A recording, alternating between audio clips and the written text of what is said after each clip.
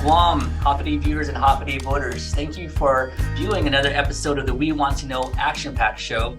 I'm your host, Sub-Executive Director Phil Letty, and I have a very special guest today. She is one of the candidates vying for one of your 15 votes in the upcoming primary election to move her to the general election this November. And it is an even more special episode because it is her birthday today. At time of recording. So I have the wonderful Auntie Tina Rose Munya Barnes. Half a day, Auntie. Half a day. Thank you for joining us. Thank you for having me. Absolutely. Thank you for joining us today. And I was pleasantly surprised when your staff reached out and said that you wanted to jump on the Action Pack interview, but you were also willing to do it on your birthday. So thank you so much for that. You're very welcome, and thank you so much for the birthday blessings for me and Auntie Donna. Yes, absolutely, Auntie Donna as well. For our new viewers, I will introduce the podcast format. The Action Pack was formed out of a need to play an active role in government, beginning at the grassroots level. Action Pack comprises members from a cross-section of Guam society, representing all walks of life, and united in our belief that we can affect change through action. As always, we welcome you to get to know us better, and I hope to do our part in helping you get to know our candidates better. So our special candidate today is no newbie to the election scene. So she has had the privilege of serving our island in multiple previous legislatures. So if you would like to give a quick welcome message to those viewing and a quick introduction to those who are maybe new to the island, new to voting, and would like to see you move forward. Thank you so very much, Phil. Manana Situas, to all those listening, my name is Tina Rose Munya Barnes. I am your Vice Speaker of the 36th Guam Legislature. I'm married to Jacob Cruz Barnes from Santa Rita. I'm a mother, I'm a mother of 4, grandmother of 5, and a great-grandmother to 6. I want to share with you that I've been your public servant for over 40 years. I've been your senator for 8 terms, and I want to continue to serve with the blessings from my husband and my family. They believe that public service is important, and they've given me their blessing. I want to share with you that I'm also a wife of a business owner, mother of 2 small retail business owner, and sisters are no stranger to the business community. From the insurance industry to F&B, and even to a twin sister and a nephew who owns a dealership. I am your public servant. I want to continue to serve our island of Guam, and I want to thank each and every one of them for giving me that opportunity to serve. Excellent. You do bring a plethora of experience in a multifaceted industry approach. I will share that I think one of our first encounters is when I had the pleasure of working with Auntie Anne Marie at AM Insurance, and I got to meet you and Auntie Donna. And it is a great, well-run family business. So the Action Pack being pro-business, it's always a pleasure to sit and speak to minds that have that business acumen. And just have that success story to encourage the future entrepreneurs of the island. So with that said, we'll segue into our first interview question. And can you please explain to our viewers, if you can, what are your 3 platform pillars? Well, Phil, I want to share with you that everyone will tell you that health, education, and safety are priorities. But the money question is, how do you fund it, right? One, I want to say that you need senators who listen to business. I want to say from like a lemonade stand to the village store, the mom and pop store, to even a car dealership and an insurance company. I know the struggles of our island business owners, and I go home to them every day to, incentivize investment and new growth with policies that make sense. While I may not personally run a business, I know that for a business to succeed, the environment must be predictable. We cannot arbitrarily raise taxes when policies in Washington impact the collections here at home.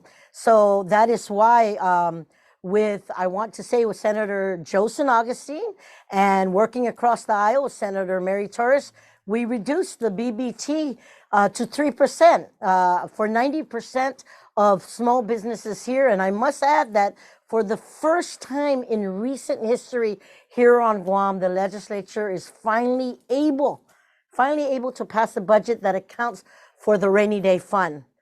This means, Phil, that when a president comes and goes, should there be change the tax rate with the tax rate, when the next natural disaster or global pandemic hits, we don't need to run to business communities to bail us out.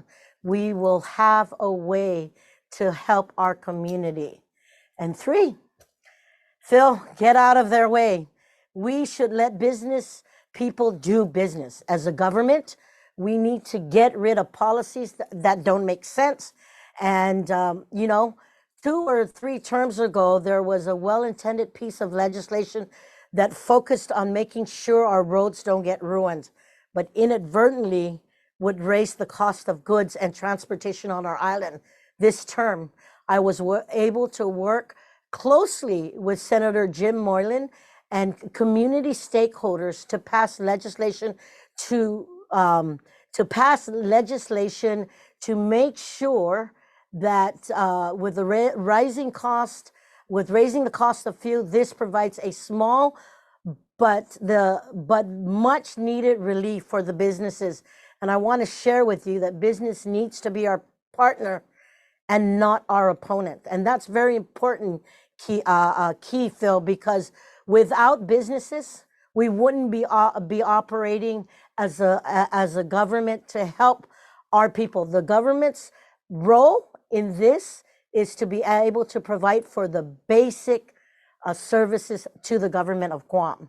So those are the 3 pillars I'd like to work with, and I've given our community solutions, and I want to continue to do that for Guam and for our people. I appreciate the explanation on your stance and your pillars. And that is an amazing soundbite that the business should be our partners, not our opponents. I really appreciate that vision because I'll speak on behalf of the Action PAC that when I was vetted and then took the position of the executive director. Our main focus point was starting and continuing a healthy dialogue with our lawmakers, because I do believe in our hearts, we all want to see our island paradise progress into a better state each and every day and each and every year. So I love that statement that to be partners rather than opponents. So thank you so much for that. We'll segue into our second question. And of course, you've accomplished and introduced and worked through many items in previous terms. So this question I really enjoyed because it's asking for a main focus item. What is one main focus item that you believe you can realistically accomplish in one term? The one thing I would like to do, Phil, is to support small businesses. And I want to share with you that 90% of businesses here on our island make $500,000 or less, yet they cannot even afford to provide health insurances for their employees. And it's not because businesses are bad, right? I want to share with you, it's because health insurance here on our island is so unaffordable for small businesses.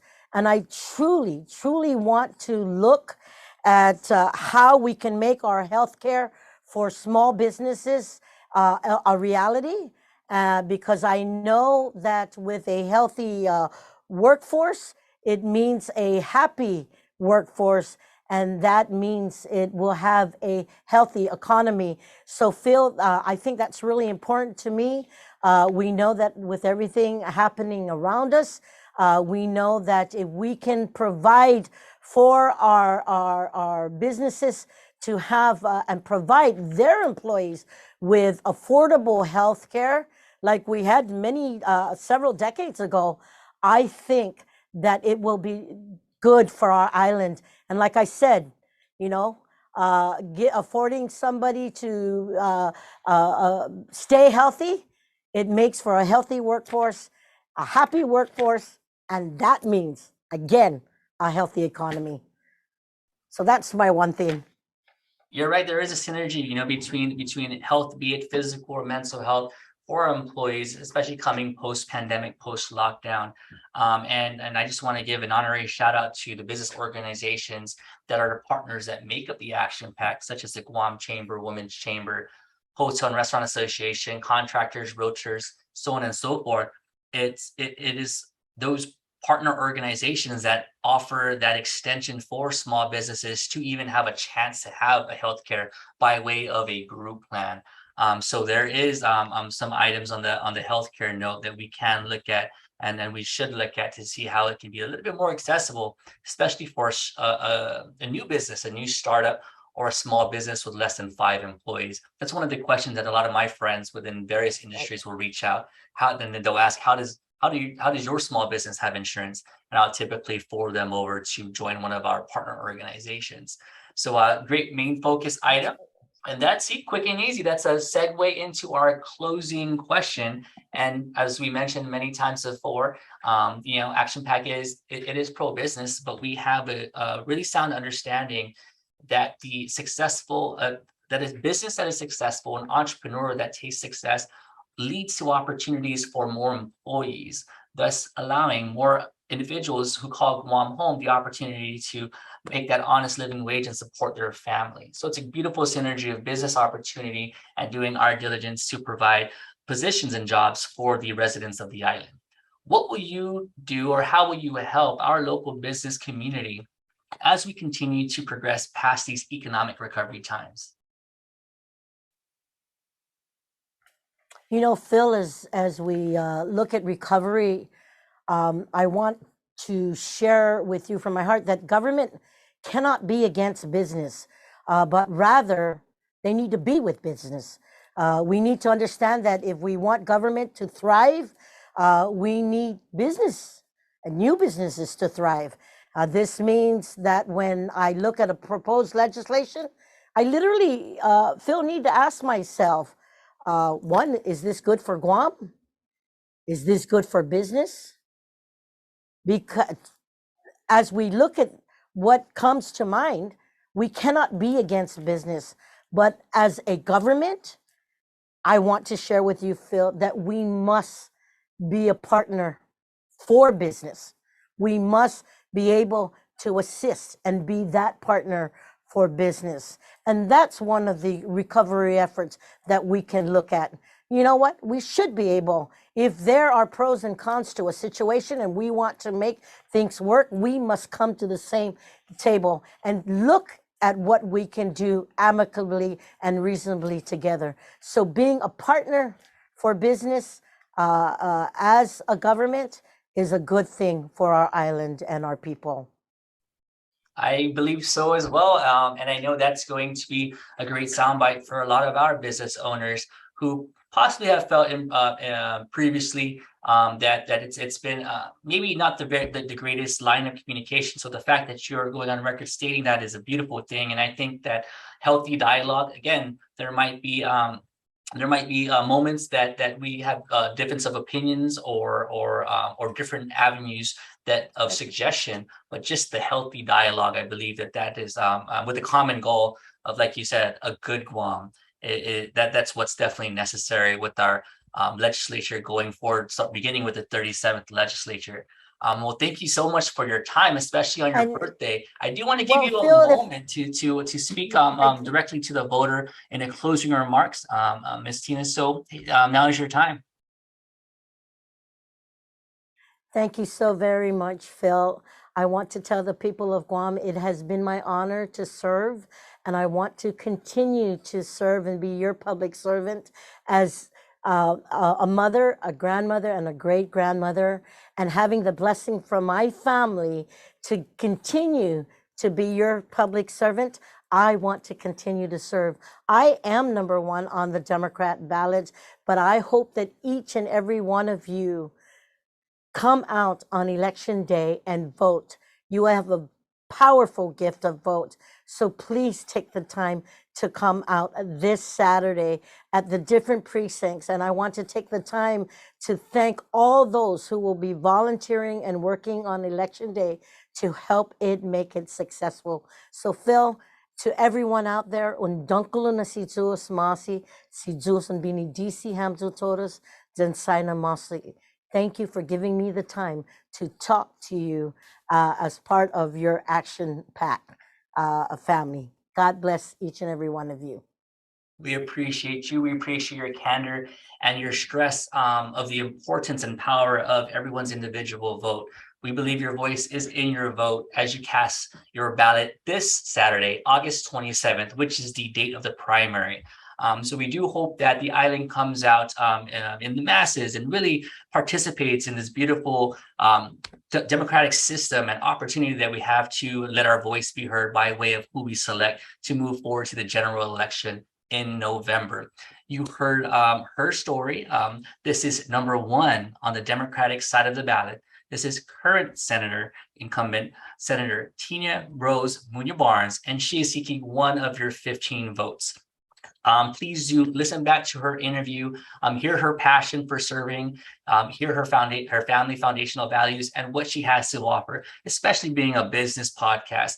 She wants to work as a partner, not as an opponent to our business community. So should you see fit that she deserves your vote, make that happen this Saturday. And you can expect that we will have another follow-up conversation with her as we gear up for the general election.